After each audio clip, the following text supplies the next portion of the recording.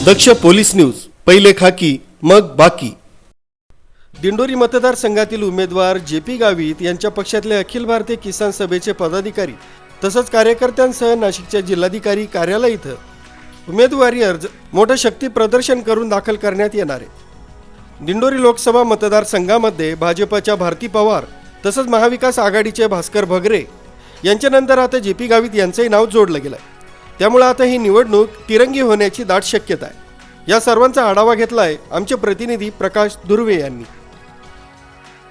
जी JP गावितांनी उमेदवारी केली ही शेतकऱ्यांसाठी अत्यंत मागच्या वर्षी जो पायलॉंग मार्च काढला शेतकऱ्यांसाठी, तर सरकारने 300 रुपये अनुदान दिलं होतं, पण जेपी गावित साहेबांनी पायलॉंग मार्चच्या त्याच्याद्वारे 350 रुपये अनुदान शेतकऱ्यांच्या पदरात पाडून दिलं।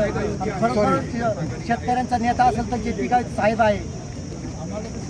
रस्त्यात मोठ्या प्रमाणात दिसून येतं। त्याचं कारण माहिती करून भारती पवार महाविकास आघाडीकडून भगरे सर आणि त्याचबरोबर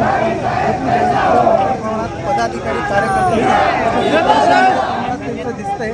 आणि आता या कलेक्टर ऑफिस या ठिकाणी ते आता अर्ज भरणार आहेत आणि अर्ज भरण्याच्या अगोदर त्यांचं आपण या ठिकाणी बघू शकतो आपल्यामध्ये त्यांचं या ठिकाणी जे